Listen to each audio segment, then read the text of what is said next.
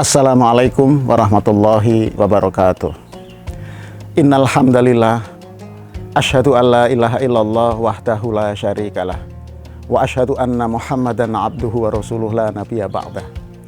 Allahumma fasholli wa sallim ala sayyidina Muhammad wa ala alihi washabbihi ajma'in.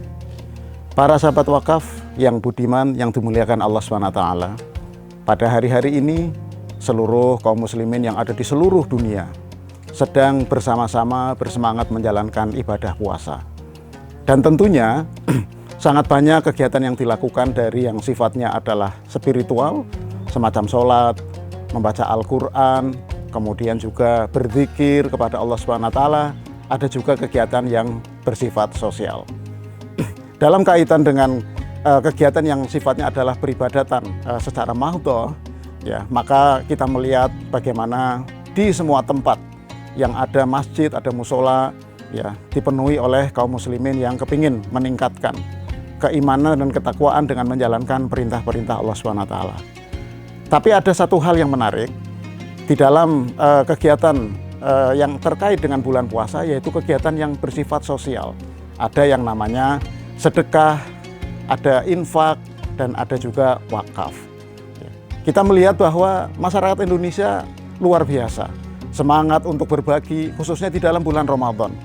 Kita lihat efek dari kedermawanan masyarakat Indonesia, maka kita melihat bahwa ternyata ada 800.000 masjid terbangun, ada 45.000 pesantren juga bisa didirikan untuk tempat belajar bagi para siswa atau para santri.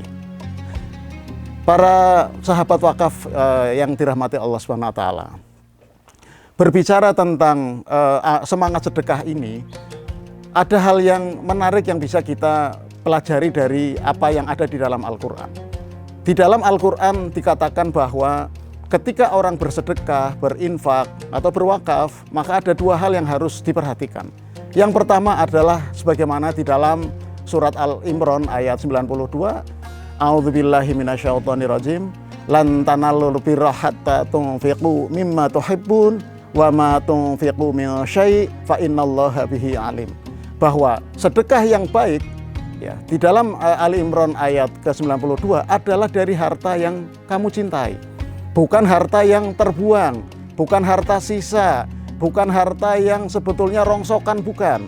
Ya, menurut Allah SWT, kalau kamu ingin bersedekah, kepingin berinfak, maka sedekahkanlah dari harta yang kamu cintai.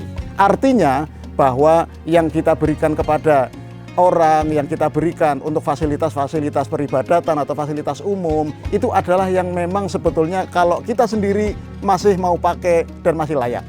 Ya. Jadi itu yang pertama adalah bahwa yang kita sedekahkan adalah harta yang memang kita cintai. Yang kedua, di dalam Al-Quran dikatakan, alladzina yunfiquna fis-sarra'i wad-dharra wal kadhiminal ghaidz wal 'afina 'anil nas wallahu yuhibbul muhsinin. Bahwa harta yang kita sedekahkan itu adalah harta ketika kita dalam keadaan lapang atau ketika dalam keadaan susah. Banyak orang yang ketika rezekinya hari ini, ketika berdagang untungnya banyak, diborong oleh orang, maka kemudian dia bisa mengumpulkan uang hari ini banyak. Dan ketika kemudian ada anak yatim di jalan yang dari pagi belum makan, mungkin ada tempat ibadah yang ternyata rusak dan tidak punya biaya untuk memperbaiki, maka kemudian ketika dia ada kondisi keuangan longgar, maka itu dia akan mudah melepaskan. Tetapi ketika dalam keadaan ketika rezekinya sedang sulit atau tidak banyak harta, ya maka menjadi berat. Nah, Al-Quran menggambarkan di dalam surat Ali Imran ayat yang 134 dikatakan bahwa ternyata ketika kita justru ingin dikatakan sebagai orang yang muhsinin, orang yang baik adalah ketika kita bisa berderma, bisa berinfak dalam keadaan baik itu ketika keadaan lapang atau sulit. Ini yang perlu untuk kita perhatikan bersama para pemirsa sekalian. Sahabat wakaf yang dirahmati Allah SWT, maka mari kita tetap bersemangat dalam menjalankan ibadah puasa ini, tetap bersedekah, tetap berinfak dengan harta yang kita cintai, dan yang kedua adalah baik dalam keadaan kita lapang atau dalam keadaan kita sulit. Wallahu muwaffiq ila aqwamit thoriq. Assalamualaikum warahmatullahi wabarakatuh.